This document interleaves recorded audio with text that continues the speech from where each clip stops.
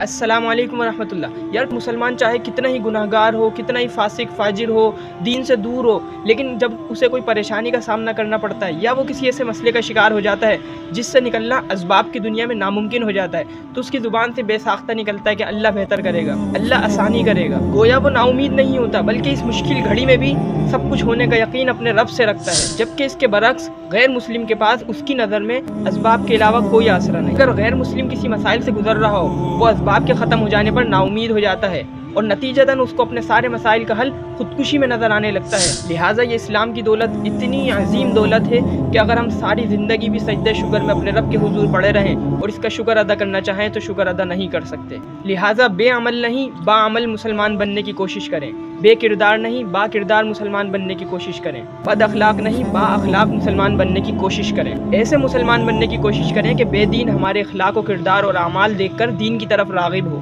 نہ کہ ہمارا کردار ایسا ہو کہ لوگوں کے لیے دین سے دوری کا سبب بنے۔ تو کوشش کریں گے نا انشاءاللہ، اللہ پاک ہم سب کو عمل کی توفیق عطا فرمائے۔ السلام علیکم۔